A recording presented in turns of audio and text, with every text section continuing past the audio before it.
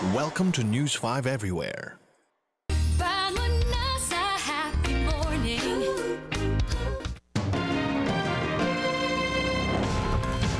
Maliban sa buwis, may iba pa raw gastusin na pinapasa ang dalawang kumpanya ng tubig sa mga consumer nito. Ang resulta ang tinatawag na double charging.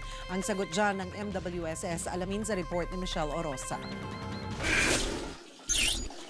4 na pamilya ang naghahati-hati sa gripo ni Aling Rebecca. Ito raw ang paraan nila para makatipid sa konsumo. Kaya naman uminit ang ulo niya nang mabalitaang may mga gastos pala ang pinagkukuhanan niya ng tubig na ipinapasa sa mga customer na gaya niya. Siyempre, manghihinayang ka, dami-dami mo pwedeng bilihin, di ba? Kanina ibinunyag ng grupong Water for All Reform Movement na may double charging daw na ginagawa ang Maynilad at Manila Water.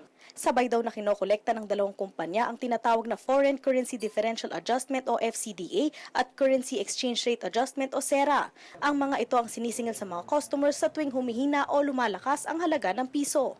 Unang kinolekta ang SERA mula 1997 hanggang 2002.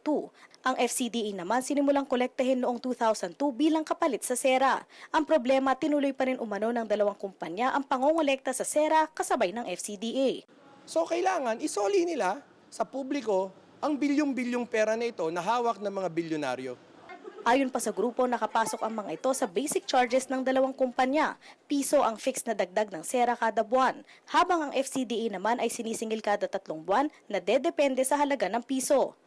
Ayon sa MWSS, hanggang ngayon ay sinisingil pa rin ito ng Maynilad at Manila Water base sa kasalukuyang concessionaire agreement.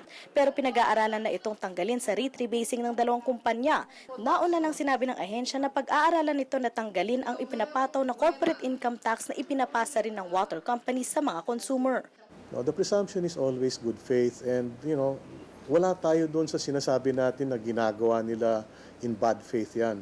Pinag-aaralan din kung magkakaroon ng refund sakaling mapatunayang may overcharging ang mga water concessionaire. Isa sa mga pinag-aaralan ng MWSS ngayon ay ang pag-unbundle o paghiwa-hiwalay ng mga detalye ng singil ng dalawang water concessionaire. Dito raw mas makikita at mas maintindihan ng mga consumer kung saan pumupunta ang bawat piso na binabayad nila sa mga ito. Michelle Orosa, News 5.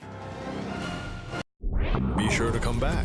News 5 Everywhere. Copyright 2013.